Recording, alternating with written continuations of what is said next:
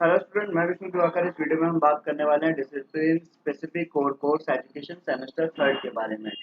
तो यहाँ हम वीडियो की स्टार्टिंग करते हैं। सबसे पहले यहाँ पर जैसे कि एजुकेशन के अंदर जो आपका इंपॉर्टेंट क्वेश्चन बनने वाला है वो है आपका रविंद्रनाथ टैगोर का शिक्षा दर्शन। टैगोर के अनुसार शिक्षा के उद्देश्य, पाठ्यक्रम और शिक्षण विधियां बताइए। तो रविंद्रनाथ टैगोर के ऊपर आपका एक क्वेश्चन इसके अंदर बहुत ही ज्यादा इंपॉर्टेंट है, जो कि आपका आता ही आता है, यानी कि ये इम्पोर्टेंट है। तो चलिए वीडियो को स्टार्ट कर लेते हैं कि सबसे पहले रविंद्रनाथ टैगोर जी के दर्शन के बारे में जानते हैं।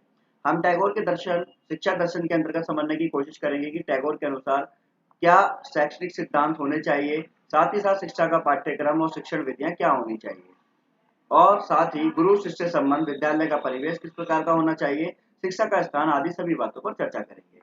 तो टैगोर के शिक्षा दर्शन की अगर हम बात करें तो रविंद्रनाथ टैगोर के अनुसार शिक्षा दर्शन के आधारभूत सिद्धांत या आवश्यक तत्व निम्नलिखित हैं, जैसे कि छात्रों में संगीत, अभिनय एवं चित्रकला की योग्यताओं का विकास करना। अभिनय का मतलब आप समझते होंगे, जैसे कि किसी भी एक्टिंग करना, ठीक है। चित्रकला की योग्यता का विकास किया जाना चाहिए। छात्रों को भारतीय विचारधारा और भारतीय समाज की पृष्ठभूमि का स्पष्ट ज्ञान प्रदान करना चाहिए। छात्रों को उत्तम मानसिक भोजन दिया जाना चाहिए, जिससे उनका विकास विचारों के पर्यावरण में हो। और छात्रों को नगर की गंदगी और अनैतिकता से दूर प्रकृति के घनिष्ठ संपर्क में रखकर शिक्षा दी जानी चाहिए। क्योंकि जो टैगोर जी हैं, इनका कहना जो था, आपको पता होगा, जो शांति निकेतन इनका स्कूल था, तो ये चाहते थे कि जो पर्यावरण के इर्द गिर्द ही बच्चों को एजुकेशन दी जाए। क्योंकि एनवायरनमेंट अगर आपके पास में पर्यावरण अगर प्राकृतिक रहता है तो आपकी शिक्षा अच्छी होती है। शिक्षा राष्ट्रीय होनी चाहिए और उसे भारत के अतीत और भविष्य का पूर्ण ध्यान रखना चाहिए। शिक्षा का समुदाय के जीवन से घनिष्ठ संबंध होना चाहिए। उसे सजीव और गतिशील होने के लिए व्यापक दृष्टिकोण रखना चाहिए। शिक्षा का माध्यम मातृभाषा होना चाहिए, क्योंकि देखो कोई भी आप एजुकेशन अगर आप ग्रहण करते हैं और अगर आपकी सबसे पहली चीज यही है कि भाई अगर आपने मातृ जो भाषा है आपकी, आप जो है मातृभाषा के द्वारा ही आप जो है सबसे पहले मातृभाषा अगर आपकी होगी तो ही आप कोई चीज सीख सकते हैं। जैसे अगर आपको इंग्लिश सीखनी है तो सबसे पहले आपको हिंदी आनी चाहिए, और आपकी मातृभाषा के अनुसार ही हम लोग आपको जो है इंग्लिश सिखा सकेंगे। ठीक है, जैसे कि अगर मैं चाहता हूँ कि मुझे पंजाबी सीखनी है और मैं पंजाबी जो है बंगाली टू पंजाबी सीखूंगा, तो शायद that can not be possible, क्योंकि मुझे सबसे पहले मेरी जो भाषा है मैं पहले उस भाषा को समझ सकता हूँ और उस भाषा से मैं किसी और दूसरी लैंग्वेज को सीखूंगा। उसके बाद अगर हम बात करें यहाँ पे, तो शिक्षा का उद्देश्य होना चाहिए कि व्यक्ति में सभी जनजात शक्तियों एवं उनके व्यक्तिगत का सर्वांगीण और सामंजस्यपूर्ण विकास करना। जनसाधारण को शिक्षा देने के लिए देसी प्राथमिक विद्यालयों को पुनः जीवित किया जाना चाहिए। टैगोर के अनुसार शिक्षा क्या है, इन्होंने क्या बोला है कि शिक्षा का जो शब्द है वो उस अर्थ व्यापक अर्थ में लिया गया है। तो उन्होंने बोला अपनी पुस्तक में पर्सनैलिटी में लिखा है कि सर्वोत्तम शिक्षा वही है जो संपूर्ण सृष्टि से हमारे जीवन का सामंजस्य स्थापित करती है। अब सामंजस्य का मतलब क्या होता है? तालमेल।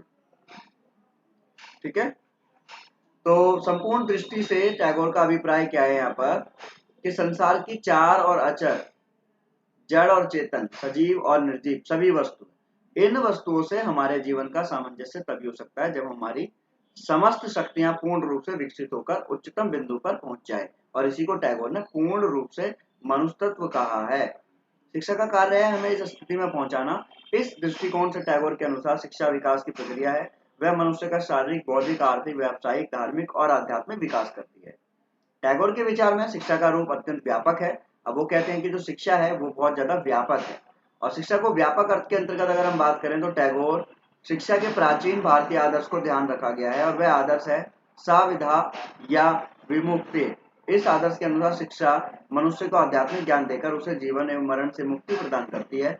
टैगोर ने शिक्षा के इस प्राचीन आदर्श को भी व्यापक रूप दिया है। आपने देखा होगा विद्यालयों के सामने लिखा होता है शिक्षार्थ आइए सेवार्थ जाइए। ठीक है, तो यानी कि जो शिक्षा है वो आप पहले शिक्षित हो जाइए और उसके बाद में आप सेवा कीजिए। टैगोर के अनुसार शिक्षा के उद्देश्य क्या है, वो बोलते हैं, टैगोर ने बताया कि शिक्षा के उद्देश्य की किसी भी स्थापना पर प्रत्यक्ष रूप से चर्चा नहीं की गई है, और उनके लेखों में शिक्षा के उद्देश्य से संबंधित उनके विचार प्राप्त होते हैं। उनके अनुसार शिक्षा निम्नलिखित उद्देश्यों से है, जैसे कि अगर हम बात करें सबसे पहले फिजिकल डेवलपमेंट, यानी कि हमारा शारीरिक विकास। क्योंकि देखो अगर आपका शारीरिक विकास अगर अच्छा होता है तो जो है आप हर चीज में बिल्कुल अच्छे रहेंगे। तो टैगोर का विश्वास था कि स्वस्थ मन के लिए स्वस्थ शरीर परम आवश्यक है। अतः उन्होंने इस बात पर बल दिया कि बालक का शारीरिक विकास करना शिक्षा का प्रथम उद्देश्य है। उनका कहना था कि शारीरिक विकास के लिए यदि आवश्यक हो तो अध्ययन को कुछ समय के लिए छोड़ देना चाहिए। शारीरिक विकास के लिए टैगोर ने पेड़ों पर चढ़ने, तालाबों में गोता लगाने, फलों को तोड़ने तथा प्रकृति माता के साथ अनेक प्रकार की शैतानियां करके खेलकूद तथा व्यायाम को आवश्यक बताते हुए पौष्टिक भोजन पर बल दिया है। जैसा कि मैंने आपको पहले भी बताया कि शांति निकेतन जो इन्होंने स्कूल की स्थापना की है, उसके अंदर भी ये लोग ये चाहते थे कि जो स्कूल का एनवायरनमेंट है वो कैसा रहे, प्रकृति के बीच में रहे।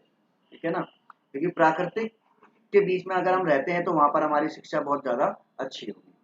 दूसरा हमारा मेंटल डेवलपमेंट यानी कि मानसिक विकास। टैगोर के अनुसार प्रत्यक्ष रूप से जीवित व्यक्ति को जानने का प्रयास करना ही सच्ची शिक्षा है। इससे कुछ ज्ञान ही प्राप्त नहीं होता, अपितु जानने की शक्ति का विकास हो जाता है, जितना कक्षा में दिए जाने वाले व्याख्यानों द्वारा संभव है। यानी कि जो क्लास के अंदर जितने भी लेक्चर्स दिए जाते हैं, जितनी भी बातें बोली जाती है, उससे उतना असंभव है, मतलब उससे ज्यादा मिलेगा। उनका विश्वास था कि मानसिक विकास तभी संभव है जब वास्तविक जीवन की परिस्थितियों में प्रत्यक्ष रूप से ज्ञान प्राप्त किया जाए। अब इसके लिए जो है बालक को प्राकृतिक क्रियाएं करने के लिए अधिक से अधिक अवसर मिलने चाहिए। उसके बाद में मोरल एंड स्पिरिचुअल डेवलपमेंट यानी कि नैतिक और आध्यात्मिक विकास। आदर्शवादी होने के नाते टैगोर ने इस बात पर भी बल दिया कि शिक्षा का उद्देश्य नैतिक और आध्यात्मिक विकास होना चाहिए। अपने लेखों में उन्होंने अनेक नैतिक और आध्यात्मिक मूल्यों की चर्चा की है और इसकी प्राप्ति के लिए आंतरिक शक्ति, आत्मानुशासन, धैर्य और ज्ञान को परम आवश्यक बतलाया है। समस्त शक्तियों का विकास, development of all powers. Tagore ये मानते थे कि बालक के अंदर सभी सुपुष्ट शक्तियों का विकास करना शिक्षा का मुख्य उद्देश्य है। यानी कि जितनी भी शक्तियां हैं, ऑल पावर्स की अगर हम बात करें यहाँ पर, तो ऑल पावर, इनका विकास करना ही शिक्षा है। टैगोर एक महान व्यक्तिवादी थे। वे व्यक्ति के संपूर्ण विकास को विशेष महत्व देते थे। वे व्यक्ति को सम्मान तथा स्वतंत्रता देने के पक्षपाती थे। वो चाहते थे कि व्यक्ति को जो है पूरी स्वतंत्रता मिले। इसके अतिरिक्त वे ये भी चाहते थे कि शिक्षा का उद्देश्य व्यक्ति के मस्तिष्क को स्वतंत्रता प्रदान करना। मानते थे कि जिससे वे पुस्तकीय ज्ञान के अतिरिक्त अन्य साधनों द्वारा भी स्वतंत्र रूप से अपना विकास कर सके। अब फिफ्थ पॉइंट की अगर हम बात करें यहाँ पर, तो सोशल डेवलपमेंट यानी कि सामाजिक विकास का होना भी बहुत जरूरी है इनके अनुसार। तो इन्होंने कहा टैगोर व्यक्तिवादी होने के साथ साथ समाजवादी भी थे। वे जितना महत्व व्यक्ति और उसके व्यक्तित्व के विकास को देते थे, उतना ही महत्व समाज और सामाजिक सेवा को भी देते थे। वे व्यक्ति की आध्यात्मिकता पूर्णता के लिए उनका सामाजिक विकास आवश्यक मानते थे।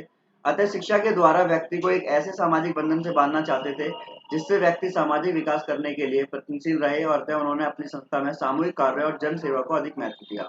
उसके बाद में अगर हम बात करें तो यहाँ पर नेक्स्ट पॉइंट आता है आपका, जो है 6 है आपका, डेवलपमेंट ऑफ नेशनलिज्म यानी कि राष्ट्रीयता का विकास। आप देखो, अगर एजुकेशन की अगर हम बात करें तो भाई एजुकेशन का मतलब ही क्या है कि राष्ट्रीयता का विकास करने के बारे में आपका विचार जो है अच्छा होना चाहिए। रविंद्रनाथ टैगोर जी बोलते थे कि राष्ट्रवादी होने के नाते शिक्षा को राष्ट्रीय जागृति का भी एक अच्छा साधन मानते थे वो, और उन्होंने अपने विचारों, लेखों और कविताओं के द्वारा भी व्यक्तियों को राष्ट्रीय प्रेम की ओर आकर्षित किया है। उन्हें राष्ट्रीय एकता की अनुभूति भी कराई है। उनको अनुभूति का मतलब यानी कि उनको रियलाइज कराया है कि भाई राष्ट्रीयवाद जो है वो जरूरी है, रियलाइज कराया है।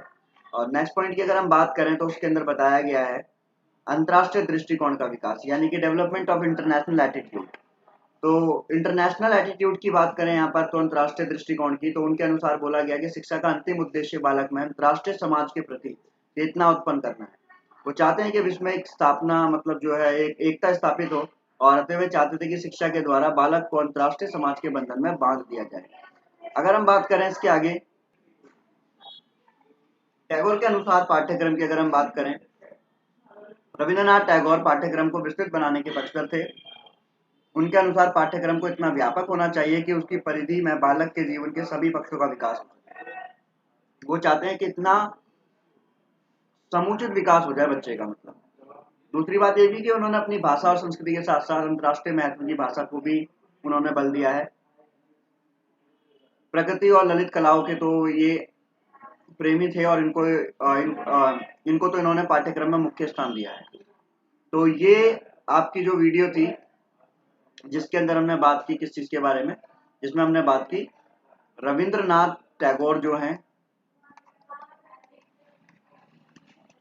रविंद्रनाथ टैगोर, जो कि आपका एक बहुत ही ज्यादा इंपॉर्टेंट क्वेश्चन है सेमेस्टर 3 के स्टूडेंट्स के लिए।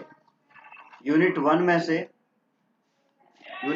ये क्वेश्चन आपका बहुत ज्यादा इंपॉर्टेंट है, जो कि बहुत बार रिपीट होता है और आता ही आता है।